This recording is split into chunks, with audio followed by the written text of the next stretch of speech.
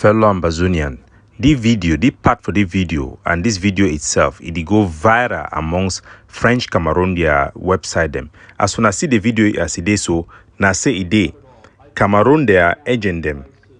They don't take our interview with Thibaut Nach, then cut this particular part day, and then they advertise the fake Facebook page where Cameroon it make the full people then say na me Capo Daniel, the spokesman of the governing council.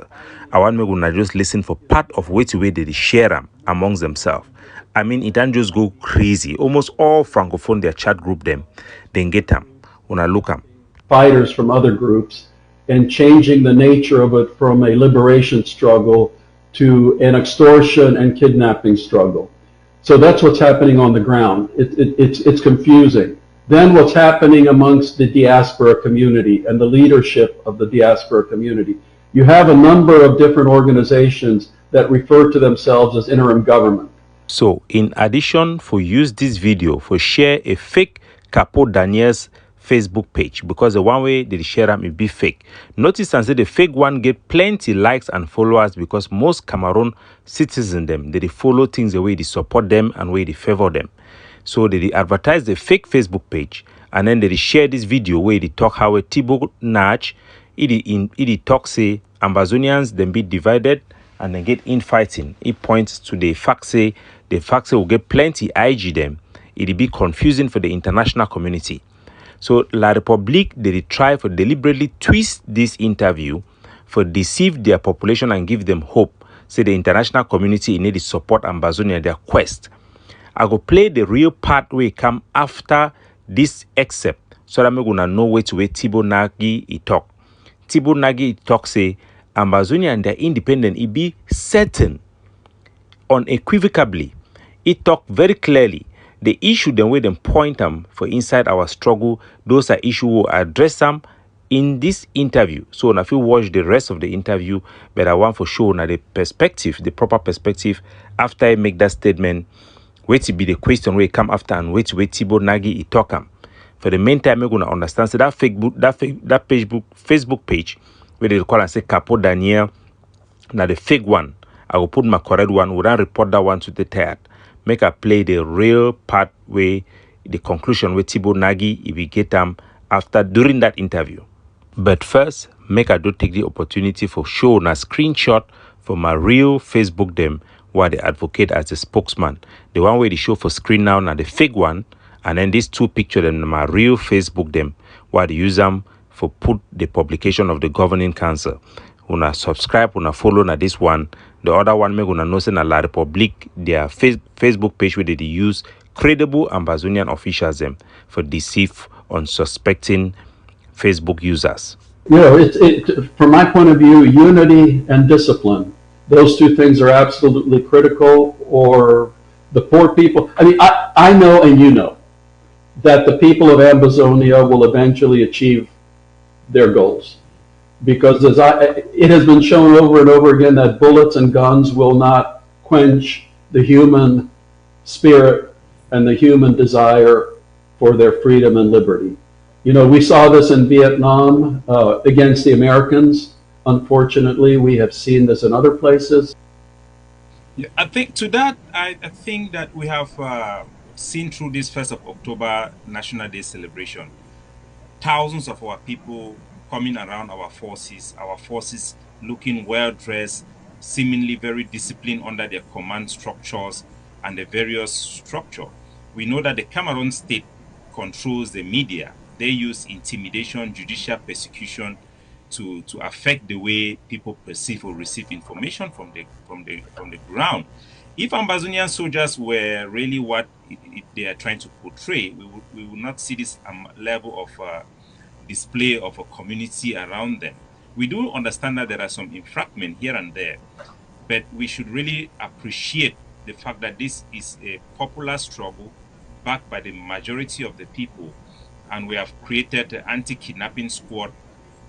We are doing everything we can to fight this perception that Ambazonian soldiers are different from the community. These are kids from the neighborhood defending their neighborhood. Like other African countries, unfortunately, we don't have the media strength But we hope you coming here would highlight that fact that these are indeed indigenous people defending their neighborhood and their block from a perceived alien threat from the state of. Have have you had the opportunity to take international media on the ground so they could actually, go with the boys who are in the bush to see what they are doing? Yes, we have, and they have been stopped. Last year, I went in with an American-based news organs. We could not be able to penetrate the border because of control. The Cameroon state have rejected many applications because they will have to come legally. The Cameroon state have even rejected the coming of the Human Rights Watch, their activists to come from in the ground. So this should tell the world that what news is coming out from that country is not very reliable, unfortunately. Because during the SPLA struggle in South Sudan, many times they took journalists with them, into the country to actually get a firsthand view of what was going on. I cannot imagine that they entered the country through the border checkpoints with Sudan at the time. But to get your story out, you have to get your story out. That's that's just the way it is, because you guys are media guys, so you understand that.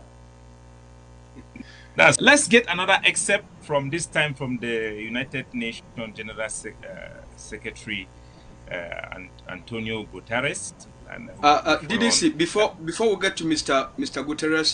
Guterres's comment and statement at the United Nations, let me ask a follow-up question to the ambassador.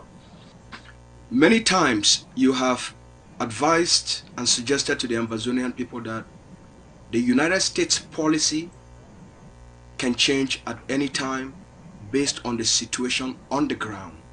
Mm-hmm. Based on your assessment from what we just saw on 1st of October, the Cameroon government banned public activities in Ambazonia on October 1. They banned 2 or 3 to gather. They banned public events. The Ambazonian people, in their millions across the various Ambazonian community, they turn out to celebrate that Independence Day. Even though the Cameroon government has placed a ban, a curfew, for people to even do something like that. Now, when millions of Ambazonians and their forces, they showed up to display who actually has authority over the land, who has control over the land. So with all of this public evidence, as you have said, the US policy will change when the situation on the ground changes. Is that not enough evidence about who actually controls the ground? Evidence from the ground is not what's going to change U.S. policy. It requires engagement in Washington with policymakers. I have seen how well, for example, the Somaliland community does this, and even with their very effective engagement, to get recognition for Somaliland is not going to be instantaneous. For Ambazonia, as I said, there is a double difficulty, because the Ambazonian community in the United States does not engage U.S. policymakers in a unified way. If there was, for example, one Ambazonia media house in the United States that was the one place that put out press releases, media announcements, put out videos, invited U.S. people to take trips on the